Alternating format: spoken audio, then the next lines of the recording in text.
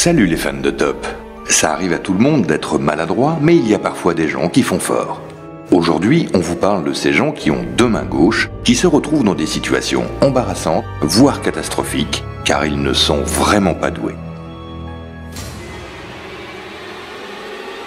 Et on commence avec une femme qui a décidé de gâcher un beau mariage. En pleine danse, elle s'est accrochée au poteau qui tenait le chapiteau en extérieur. Elle était très éméchée et probablement aussi un peu jalouse de la mariée. Elle a donc décidé de faire un show mais est allée un peu trop loin quand elle s'est servie du poteau pour faire du pole dance.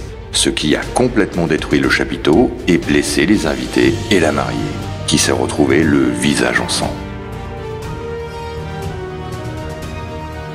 On continue avec les mariages ratés parce qu'il y en a juste beaucoup. Après la femme bourrée, voici le témoin qui a tout simplement perdu son pantalon lors de la cérémonie, ce qui a provoqué le fou rire des mariés et par la suite des invités. Au moins ce monsieur maladroit a fait rire tout le monde, ce qui est un peu plus pardonnable que de tout détruire. Et on continue avec une autre cérémonie très importante dans la vie de chacun, la remise de diplôme. En Amérique, on s'habille d'une robe et d'un chapeau carré, et les parents viennent souvent filmer cet heureux événement, ce qui permet de capturer des moments parfois assez incroyables.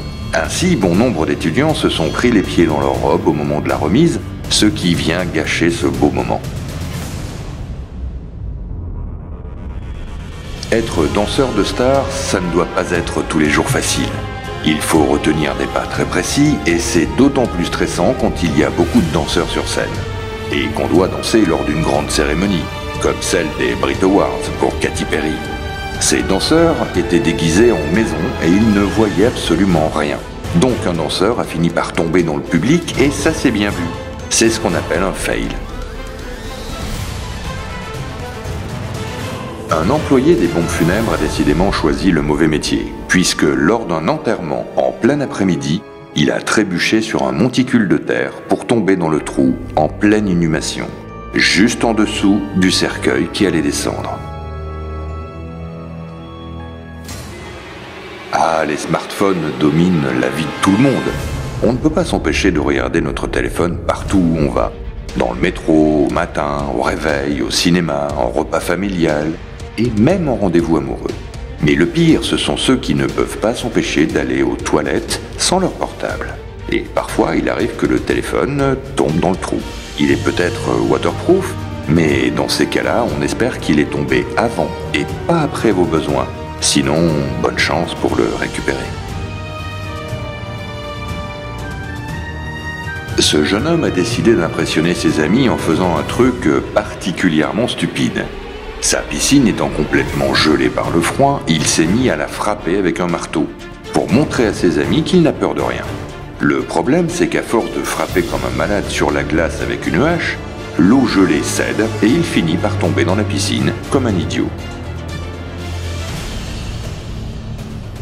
On va maintenant vous parler des fails qui se passent dans la maison, à commencer par la cuisine. Combien de gens ont raté ou cramé des plats? Bon, c'est une chose, mais mettre le feu à la maison, c'en est une autre. Il y a des gens qui ne savent vraiment, mais alors vraiment pas cuisiner quoi que ce soit. Ne serait-ce que des pâtes ou du riz. Il y a même des gens qui mettent des œufs au micro-ondes et qui finissent par réaliser qu'il faudrait prendre des cours de cuisine quand ceux-ci explosent. On continue avec une autre pièce de la maison assez dangereuse où il se passe toutes sortes de choses, la salle de bain. Parfois, un bain romantique peut se transformer en cauchemar, et ce fut le cas pour ce couple malchanceux. Alors qu'ils étaient en train de se détendre dans un bain plein de bulles, les cheveux de la femme ont pris feu alors qu'elle était un peu trop près d'une bougie.